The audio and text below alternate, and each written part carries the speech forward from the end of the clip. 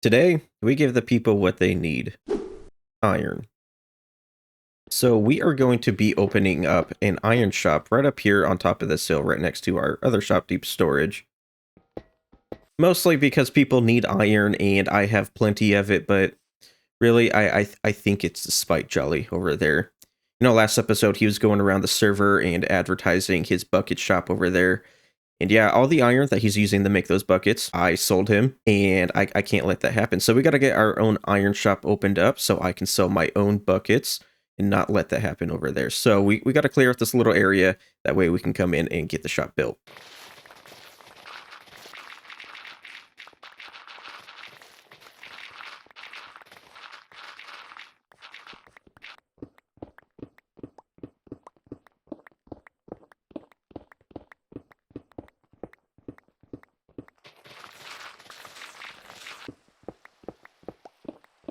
So before we can get this shop built, we need to put materials together, and one of those materials is mangrove, and we don't need a whole lot for this build. I could easily go out to like a mangrove swamp, get what I need, and that would be okay. However, within the next few episodes, Renee and I are going to be collaborating on a wood shop, and I agreed to sell mangrove. So now would probably be a pretty good time to get a mangrove farm designed and built. So it turns out I don't actually need to design my own mangrove farm. I already have a schematic of a mangrove farm designed by FrunaCraft, and it produces a little more than 11,000 logs per hour, using approximately 35,000 bone meal per hour. I have used this farm in the past, and it does a pretty good job, but what I thought I was going to have to do is take this farm and modify it so it can produce and collect these mangrove roots, because at some point I do want to open up a mud shop where we also supply muddy mangrove roots. But I checked the chest down here, and it's already collecting these mangrove roots, so I think we can avoid having to modify this system. So yeah, that saves me a lot of time, and I think what we'll end up doing is just going and building this farm over on Rotten Block. Alright, we are back over here at the Industrial District, and I found a little corner back here for the mangrove farm. And yeah, I won't be covering the design of this farm since it's not mine, and I will have a link down in the description to FrunaCraft's video. The only thing we had to add here was the farm to produce all the propagules, and that is over here. So basically all this does is bone meal this mangrove leaf here, which will sprout a propagule, and then we bone meal the propagule until it's fully grown, and then we have a piston back here that breaks the propagule, and then everything ends up in this shulker box here. So you can see this top dispenser bone meals the leaf there, sprouts the propagule, and then this dispenser down here will bone meal the propagule until it's fully grown. Pretty simple, not too bad. And yeah, I think I've gone through, this is my third shulker box of propagules, and we have gone through so much bone meal to get to this point. But I do have 16 shulker boxes worth of mangrove now, and I think this is plenty for the shop that we will be building soon. Plus, I think it's pretty good for stocking a shop in the future. So we are just about ready to start building the iron shop, but I do have one more thing I would like to do. So we are going to make our way up into deep storage because I've received some comments from some of the members here on the server, and there's been a little bit of confusion. So people don't really know where to put their diamonds, because what we are doing here with these storage containers is backflowing the product. So if I were to grab something out of here, it would just start immediately backflowing with like barrels. Now what I really intended people to do is maybe like four diamonds, and here's our 4 diamonds. I really meant people to do something like this to grab the material out. But we can kind of make it a little bit easier on people by just doing or making a slight adjustment to this thing. So instead of this being like a dumping point for accidentally grabbed materials, we're just going to make this the payment section. And I've got a few materials here. What I'm going to do, I don't think I need these signs anymore. We're just going to get rid of them. And we're going to put, I think, a named a diamond. I think that's what we're going to do. Let's grab an anvil. You can read that. Do I want to do it that way? Because we could also, yeah, we could also use the armor stand, and it doesn't disappear. You don't have to be looking at it for the name to display. I think that's what we'll do. Alright, I think that's looking pretty good. We can still access the chest here, and now we can take the armor stand, make it invisible, and then we lock the interaction. And then here on Rotten Block, we use a data pack that allows us to take shears. And then we can turn these item frames invisible. Perfect.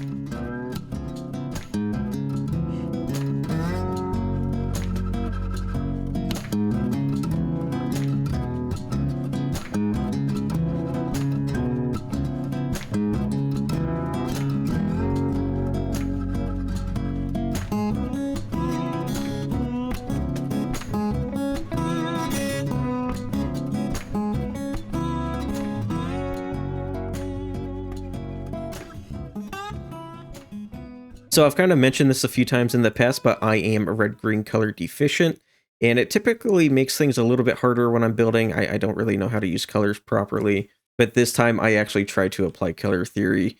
And so I looked at a color wheel, and you might be able to tell. But with the red walls, I tried to use the complementary of red, which is green, up here to help break up the building, and then green's analogous color, or one of them, which is blue. And yeah, I'm using that up in the roof there. Now with this build, I did try to go with like a blacksmith aesthetic, and I think it's kind of working. I probably could have done a little bit more to do that, but I did try to embrace the blacksmith look with these little shapes here that I hope you recognize, because these are pickaxes, and you should definitely recognize a pickaxe. Now, I still have quite a bit of work here to do on the exterior. I do have plans to maybe add a path back here, maybe like an alleyway that goes around the building here. But I would definitely like to get like a platform out here. That way we can help maybe get a staircase in here and connect up the pathway over there. But yeah, with the interior here, we still have quite a bit of work to do.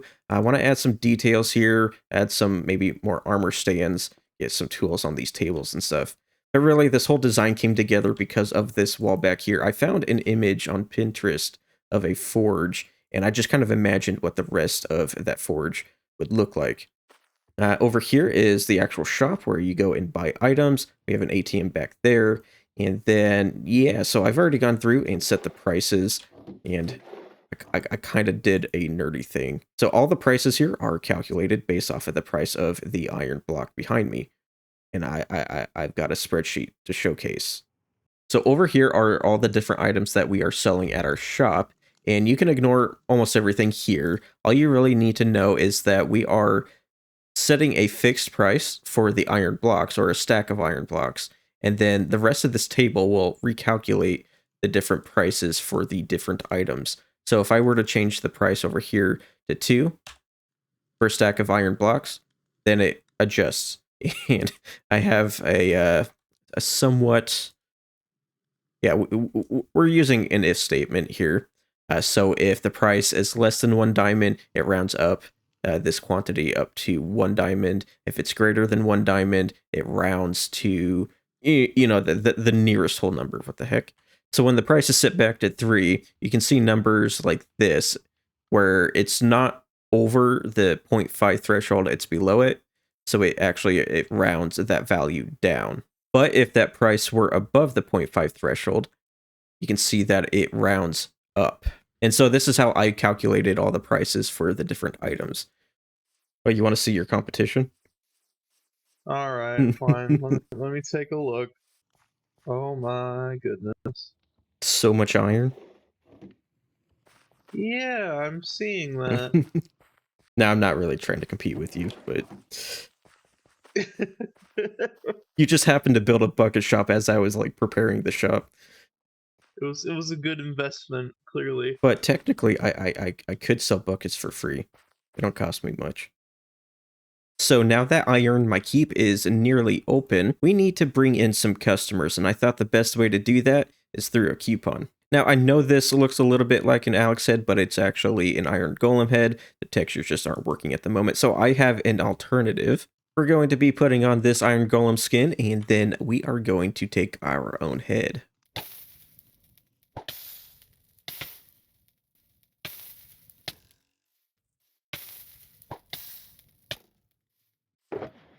All right, I think we're good. I think that's enough. Perfect.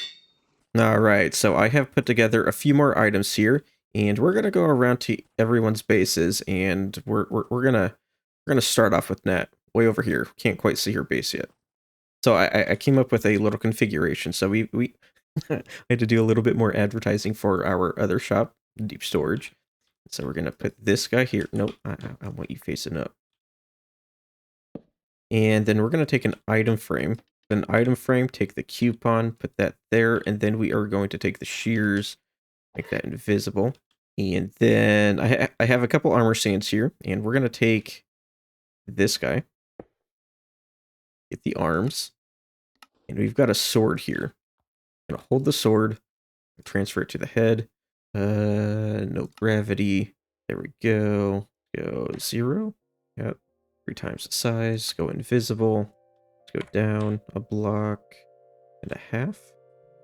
And then we have this other armor stand that is named. So how do I want to do this? Perfect. And now we're going to make our way around the rest of the server, and we'll do the same thing.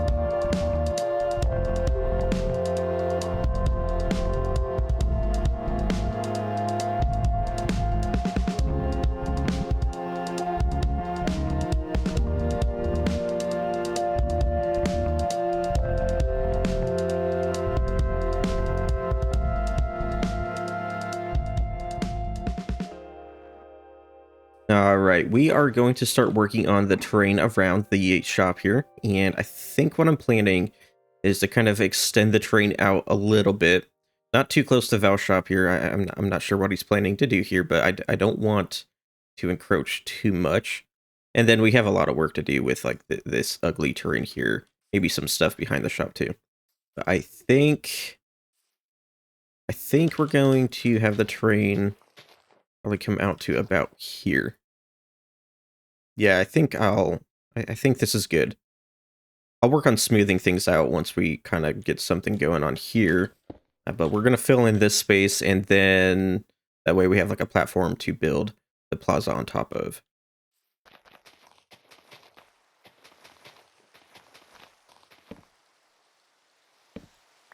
And then I think I'm going to try to mimic some of the work that Bray did around the shopping district with the walls here.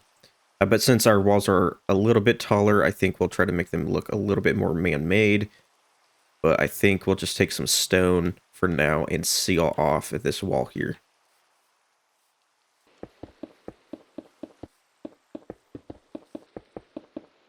And I guess since the plaza is going to go above the grass here, I'll get rid of this strip and replace it with stone.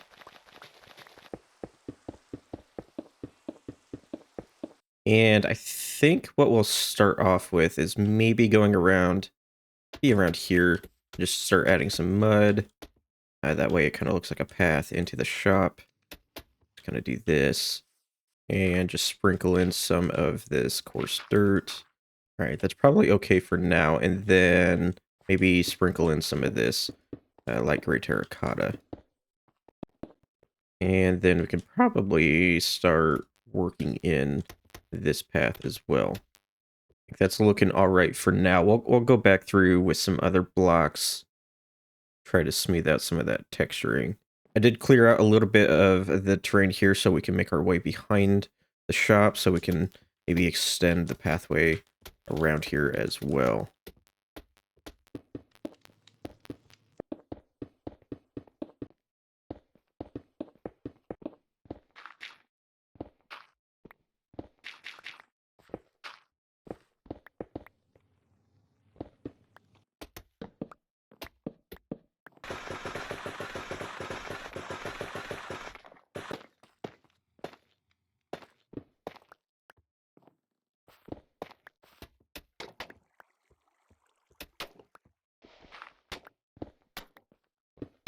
I think this is looking pretty good. We do have a few more elements we need to wrap up before we make our way inside. So we don't really have anything here to convey that this is an iron shop. And what I was thinking is maybe putting like some sort of display booth here, like a tent, maybe put some of our product on display, and maybe like a little pile of iron or something, just to help tell people that this is an iron shop. We definitely need some street lighting here. Right now I just have some torches to keep things safe, but I do have some ideas for lighting. And then we need to figure out what we're going to do with the wall here. Help make it look a little bit better than this. So for the lighting, I was thinking we could try to do braziers, though I'm not sure if that's really going to be possible with the scale that I'd like to achieve with it. What I was kind of thinking is that we can take armor stands, and we also have the armor stand data pack, which allows us to use visual fire on the armor stand. So the issue with this is it's very vertical, and when you put it over something like a campfire, like this, it just looks like this campfire shoots or is shooting out flames. Like it's projecting flames, and it just looked a little weird. So I'm not sure how we could successfully achieve the brazier look, but I might try to keep trying with something. Well, I think we are pretty much done with the exterior here. I did get some iron displayed out here, and I think this is pretty good. I did try to put a tent in, but it just, I don't know, it felt pretty cramped. So I just put a couple piles of iron, and it seems pretty good. It seems good enough. And then instead of the braziers, I did go in and add street lights, but we do have lava down here in the cauldrons to help light up the ground level. And then I am working on extending the platform out this way, but I've got a staircase here that leads down into the rest of the shopping district. I do have plans to maybe extend out that way. I am just waiting on to hear back from the rest of the group about a possible plot here. If somebody doesn't claim this area here, I am just going to extend the platform out to about there, and then we'll add another staircase about here. But yeah, I did end up just adding a man-made wall. I did try to go with something a little bit more natural, but yeah, I just wasn't really liking what I had. So yeah, this is what I came up with, and I think it's looking pretty good. And then later on, I don't think I'm going to do it this episode, but what I'd like to do is get rid of a lot of this terrain, extend the platform, and leave enough room for other people to come in with shops, and that way we have some neighbors. I think that'd be pretty cool. But yes, since I'm basically done out here for now, we're gonna make our way inside the shop, and we're gonna finish the interior. Okay, so what is my plan here? I did add these shelves. I'm thinking we might be able to put some stuff on them, maybe some mini blocks. I just want to make it feel a little bit more cluttered in here. I think we definitely want to get more junk on the floor as well. I do really want to get an armor stand in here. Maybe get like a little character hammering on the anvil there. So, character that I want to put here is me. And I got some stuff for him to wear. Then let's turn on the arms. How do we want to do this? Let's get him holding the items. We want to swap. And we're going to use an axe as the hammer. We just need to get him holding the sword on the anvil. Which arm is that? That's the left arm. And then the right arm. Get it into like a swinging position. Is that looking good? I think that's good. And we are done. I decided to just skip ahead, get everything done. I did try to record, but I found myself talking more to myself and not you guys, so it was really boring. But anyways, yeah, we are done here. I did try to do some pretty cool stuff here. We got some armor stands. We got like a chest plate here on the table. We have some tools and yeah, just some stuff up on the shelves. I also went ahead and got the shop all stocked up, so people can now come in, and I think we can consider the shop officially open now. And now that Iron My Keep is officially open, we can begin to wrap up the episode. Still have quite a bit to do. I would like to do some terraforming around here and maybe extend the platform so more people can come in and build their own shops next to me. But let me know down in the comments if you enjoyed this episode, and I'll catch you in the next one. See ya.